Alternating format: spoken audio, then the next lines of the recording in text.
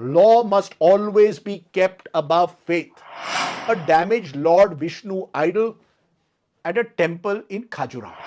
CGI Gawai says it's a forgotten chapter for us. Shocked with what happened in court, lawyer tried to attack the Chief Justice of India. Who threw a shoe at the Chief Justice of India. Justice Gawai passed a stern order on bulldozer justice about a year ago. The Anti-Terror Unlawful Activities Prevention Act and thrown into jail.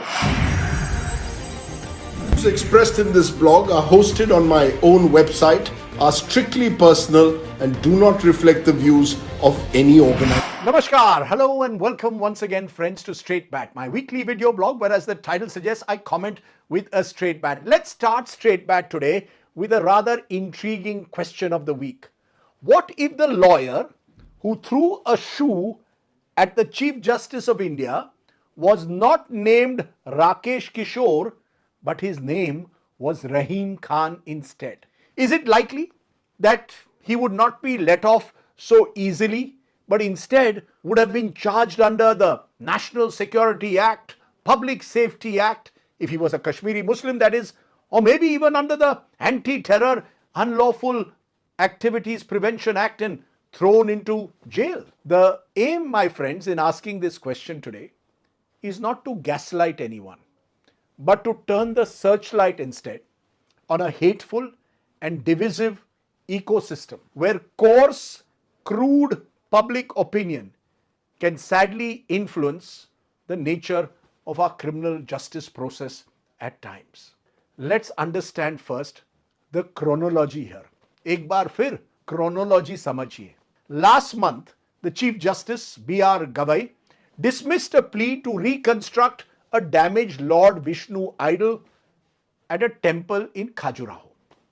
While deeming it a publicity interest litigation, Justice Gawai remarked that instead of filing a petition, the petitioner should go and ask the deity himself to do something.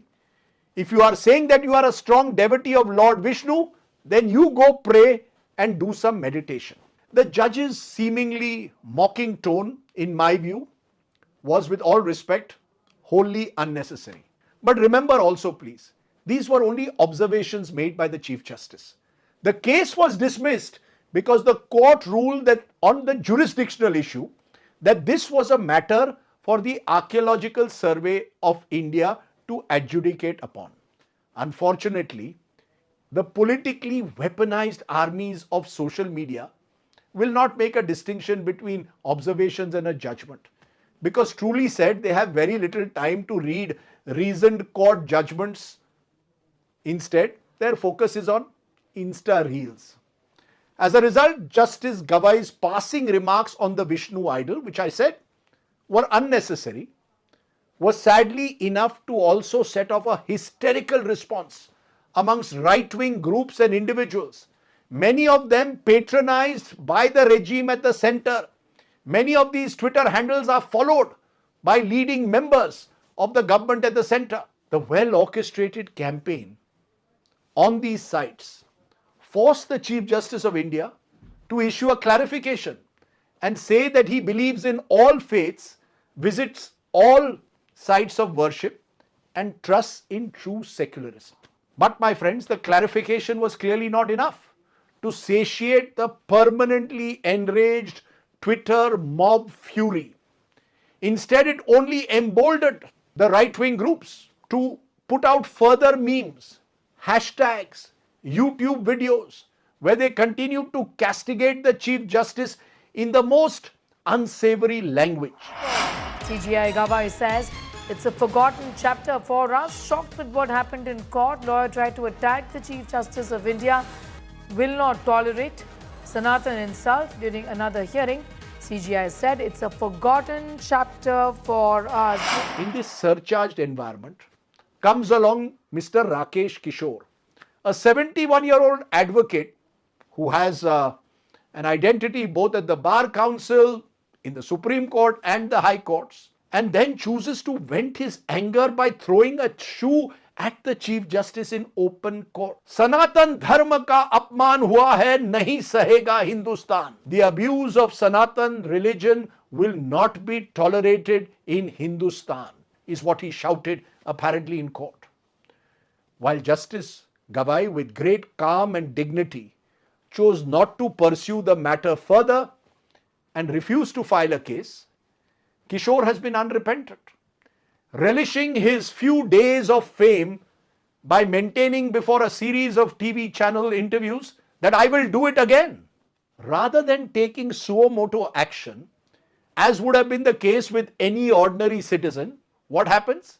The Delhi police suddenly chooses to have a hands-off approach. Kishore, as I said, meanwhile continues to speak with the impunity of someone who knows he cannot be touched by the law, even though he is clearly prima facie guilty of contempt of court. His cheerleaders, especially on social media, are lauding him instead of ostracizing him for committing this unpardonable act. Nor should any of this, my friends, come as a surprise. The law minister Arjun Meghwal, for example, was conspicuously silent when this shoe attack took place on the Chief Justice of India. And it took, sadly I must say, 8 hours after the incident for Prime Minister Modi to tweet that the shoe throwing was a reprehensible act which has angered every Indian. While the Prime Minister's strong words are to be welcomed, recall that in 2019, Mr. Modi had expressed similar anguish over remarks made by the BJP MP from Bhopal, Pragya Singh Thakur, where she glorified Nathuram Godse, saying he would never be able to forgive Sadhvi Pragya for her remarks on Godse.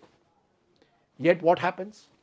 No concrete action is taken against the saffron-robed MP who completed her full term in Parliament without too much fuss. Pragya Thakur is, after all, cut from the same Hindutva cloth of the Sangh Parivar, the saffron brotherhood that has never fully distanced itself from the Godse cult. It is, my friends, what I call the Godseification of a section of society, which is why on Mahatma Gandhi's birthday on October 2nd, Nathuram Godse trends on social media. Advocate Rakesh Kishore is part of this same Godseification belief system. Someone who claims to be a staunch defender of Sanatan Dharma. The difference is, where Nathuram Godse pulled the trigger to assassinate the Mahatma in 1948, Kishore has chosen a relatively milder weapon, a shoe, to convey his anger. In both instances, though, the intolerant mindset is undeniable. Any perceived offense to hurt Hindu sentiments is enough for a violent streak to instantly surface. A violent streak that clearly has no place in true Hinduism. But it is almost today as if the self-anointed thekedars of religion or defenders of the faith are just waiting for an opportunity to have their moment in the sun. How different, I ask you, are these rabid extreme Hindutva-vadis from the Islamists who screech "San Tan Se Juda"? How different are these rabid extreme Hindutva-vadis from the Islamists who screech "Sar Tan Se Juda" when they claim to be similarly offended? My fear is we are entering a republic of hurt sentiments across communities, where the normalization of violence easily takes place. It is this normalization, to my mind, which is what is truly reprehensible, not just the shoe-throwing act in the Supreme Court per se. There is another troubling angle to this case, my friends. Justice Gavai is the second Dalit to hold the high constitutional post of the Chief Justice of India.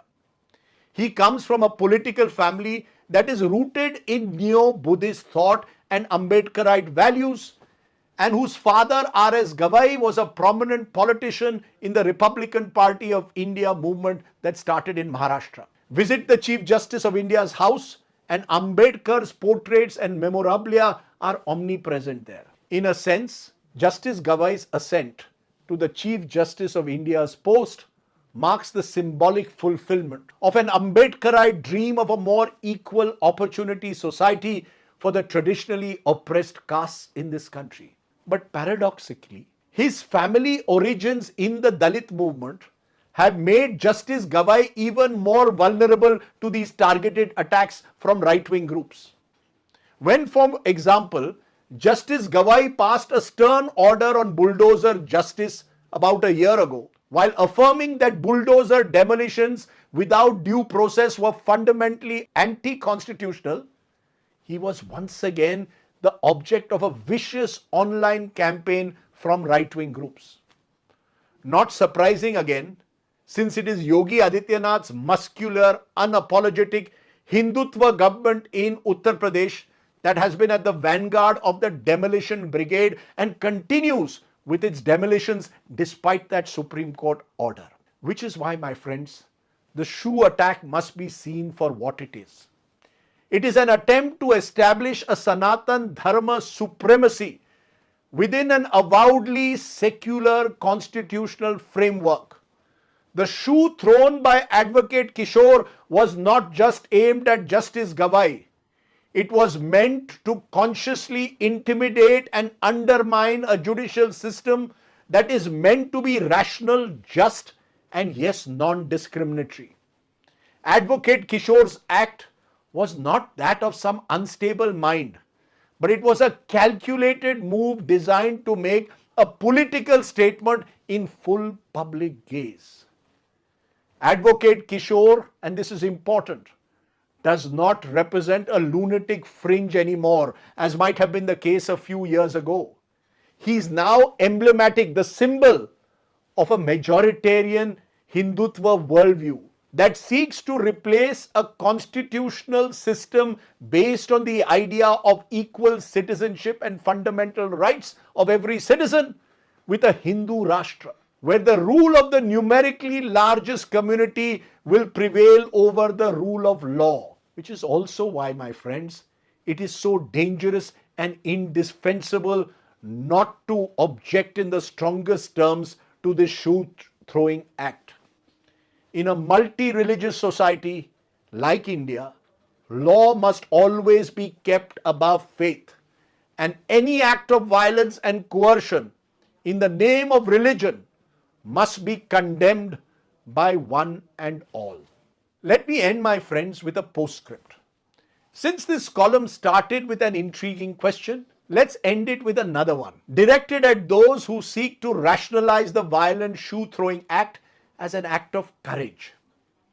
Tell me, my friends, would Indian Muslims then be justified tomorrow to display similar anger towards the judges who delivered the contentious Ayodhya judgment that eventually led to the establishment of the Ram Mandir at the very site where the Babri Masjid once stood? Surely not. No community, whether Hindu or Muslim, must be allowed to take the law into their own hands. Then whether your name is Rakesh Kishore or Rahim Khan. Think about it. That was the Straight Bat. Subscribe to my YouTube channel for many more such videos. For now, stay well, stay safe. Jai Hind. Namaskar.